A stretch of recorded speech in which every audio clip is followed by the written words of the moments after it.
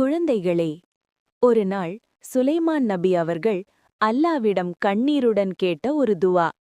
அந்த துவா அவர்களின் வாழ்க்கையையே மாற்றியது. قال رب اغفر لي وهب لي ملكا لا ينبغي لأحد من بعدي إنك أنت الوهاب. என் இறைவனே, என்னை மன்னித்தருள்வாயாக. அன்றியும் பின்னர் எவருமே அடைய முடியாத ஒரு அரசாங்கத்தை எனக்கு நீ நன்கொடை அளிப்பாயாக.